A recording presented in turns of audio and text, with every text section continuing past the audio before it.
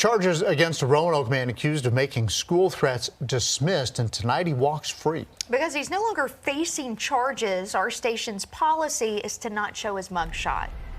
Tonight, 10 News reporter Lindsay Kennett is working for you with more from police and the city's Commonwealth's attorney, Don Caldwell. Lindsay? Roanoke police tell me at first all the evidence pointed towards 35-year-old Stephen Johnson. But as the investigation continued and they got help from federal partners, that's when they realized that a teenager was in fact responsible for making these threats.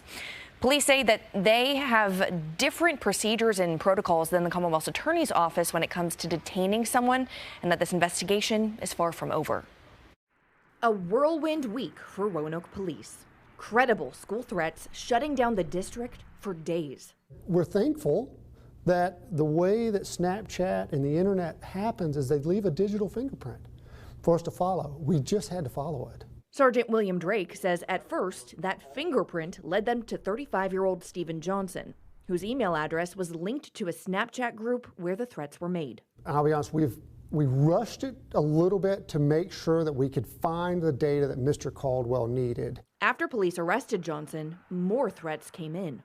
Copycatting is very common when we get threats against a school, but they continued, and they were different. Drake says it wasn't until police asked the FBI for help that they got answers quickly. They were able to track the threats to 2 tablets found at the home of a 15-year-old Patrick Henry High School student. But no weapons were found. That student was arrested and charged with 2 felonies for threatening schools. Still, Captain Adam Puckett says the 2 are connected somehow.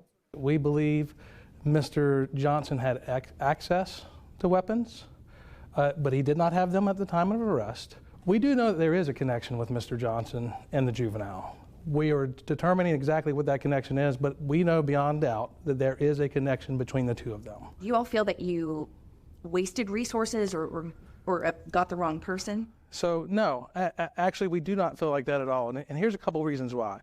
Reason number 1 is we're going to put every resource we have available when there's a threat like this to our school. Police say they followed protocol, now calling this a learning lesson. As we get one of these in the future, my first call is going to be to the FBI to send someone over here to help us.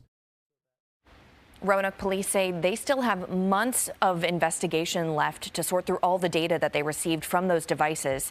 The teen, Johnson, or others could face more charges if there is evidence to prove that they were involved with the threats against these schools. Now, Caldwell released a statement that reads, quote, "This situation underscores how easily social media can be used as a weapon, not only against individuals, but governmental organizations as well. The problem is easily identified, the solution not so clear." I also reached out to Johnson's attorney, who tells me, quote, "Mr. Johnson maintained his innocence from the time of his arrest and trusted the integrity of the process. He is thankful for the swift resolution to his case." Reporting live in the newsroom, I'm Lindsay Kennett, 10 News, working for you.